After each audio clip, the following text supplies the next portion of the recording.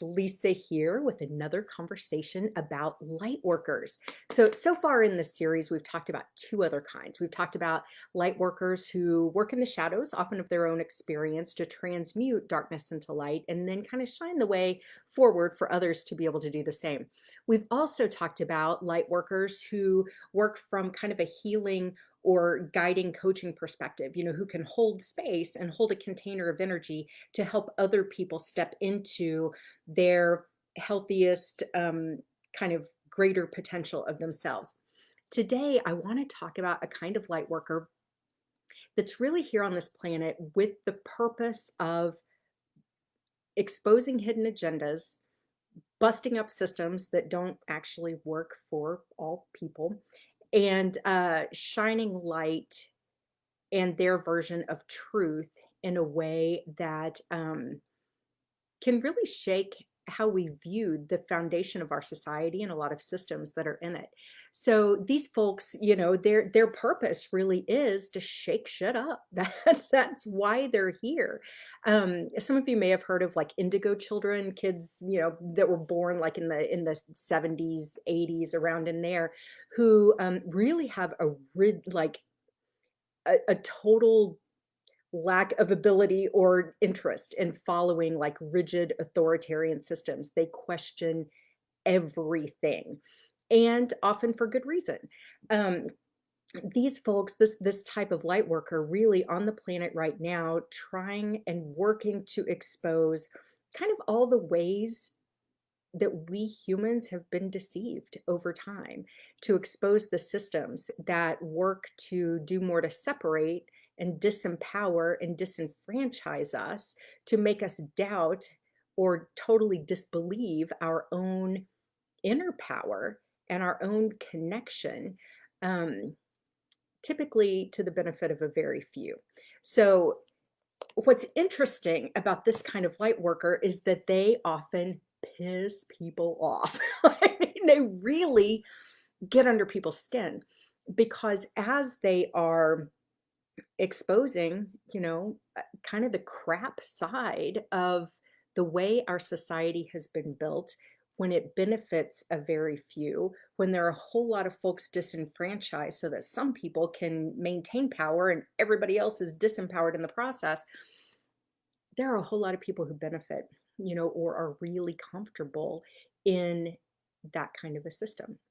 And for many of us, to learn that maybe the way that we've looked at life, the way that we've looked at society, or at some of our bigger systems like politics, or education, healthcare, the economy, the media, our social fabric of how we interact, to look at these and go, whoa, wait a minute. Ooh, maybe my support and encouragement of all these has been built on what other people wanted me to believe because it benefited their control of power rather than my empowerment. That can feel really uncomfortable. And sometimes when we're told things that stand in stark contrast to what we've believed our entire lives, at first it can piss us off, and then it can feel really uncomfortable, and then it's like cognitive dissonance kicks in, and it's really hard to, when presented with new information, it's really hard to wrap our head around it. So we will typically, many people will typically just discount the information or try to character assassinate the person sharing the information. And that's just kind of what we've seen over millennia, in our world. um, but these folks really are here. Their light working mission is to shine a light where people in power don't want the light to be shined, to expose things that separate or keep us down or disempower or disenfranchise. Um, they often, other people, might wrap them up with the groups of darn conspiracy theorists or tinfoil hat wearing Area 51 raiders, or just those darn hippies. What are they going on about, the darn hippies this time? So it's really easy to kind of lump and dump and try to character assassinate on that front. And I've also seen, especially within the past couple of years, how a light or benevolent intent to expose hidden agendas can also be perverted by those who have more malevolent agendas and can really confuse things and make people question. So this is where, anytime information's being presented that is, in opposition to maybe the way we've seen the world, through our entire lives, or the way we've been told things are, using our discernment is so incredibly important. Immediately our gut might go, oh, yeah, our logical mind is going to question anything that comes up as being new or different or outside the fold of how we've always been told things are. So the logical mind is immediately going to start debating. Just expect that to happen. But then we might feel like we've been kicked in the gut if we start recognizing of, oh, ooh, maybe the way I've looked at things for a long time wasn't the whole truth or wasn't completely accurate, or maybe there's a whole nother side. So this kind of light worker is really encouraging us to open our minds, to get beyond our minds, to be willing to at least look at a wider version of truth, recognizing, and this is where, that whole idea that truth can be subjective, which seems like an oxymoron, but truth can be subjective based on what side of the truth you're looking at it, from. Um, so there's an important role here, and it's also important that we, have ears to listen, maybe have an open mind and an open heart to explore, and then determine what is true for us. So, my way, at least, and what I encourage with clients is when presented with information that is foreign or different or new or whatever, to really look at it through a lens of, does this way of viewing the world seek to empower or disempower people? Is it an expansive way of looking at things, or is it a constrictive way of looking at things? Does this way of viewing the world seem based on encouraging more unity or more division? Does it seem to be based in love, or does it seem to be based in fear? Now, in all of those, kind of dichotomies, the first way is going to be a way that's more driven, light oriented, driven by the things that light workers, support and encourage. The second way, not so much. If there are those feelings of fear, division, disempowerment, constriction, if it feels like something, like a way of viewing the world that's intended to keep you small, or thinking that your power is outside of you, or encouraging power over you rather than, your empowerment, then that's not going to be a genuine light worker oriented kind of approach. That's going to be outside of a light worker oriented agenda. So it's just important, as all of this information is coming to us about how, the systems that we've trusted or thought we trusted or have benefited from or have been totally screwed over by, depending on what part of society you're in. Um, as we gain more information, as we gain more information about our own inner strength, our own inner power, our own inner ability to kind of direct and influence and connect outside of ourselves, we may have a lot of questions.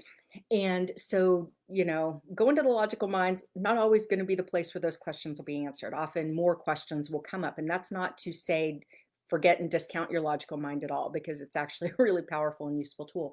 But I am encouraging you to think about other things as well. Drop into your body, see if something feels right in your body.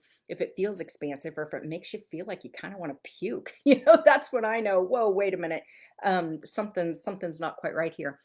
But just know that there are, really courageous light workers on the planet right now who their souls incarnated at this time specifically for the reason of trying to bust up systems that keep people out of their power, that keep people down, that disenfranchise, disempower, that create systemic, inequalities or systemic power struggles that guarantee that the few are benefiting, but not the many. And so as we move forward, their voices are likely to get even louder. They some may be screaming from the rooftops, hear what I'm trying to tell you.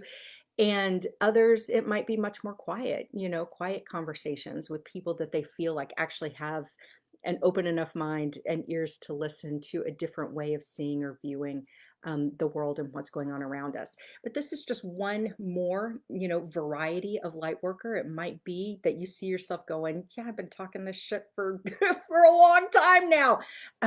Maybe you've been raising questions about things. Maybe you've been encouraging people to look at some of our bigger systems and the way our society is constructed in a different way.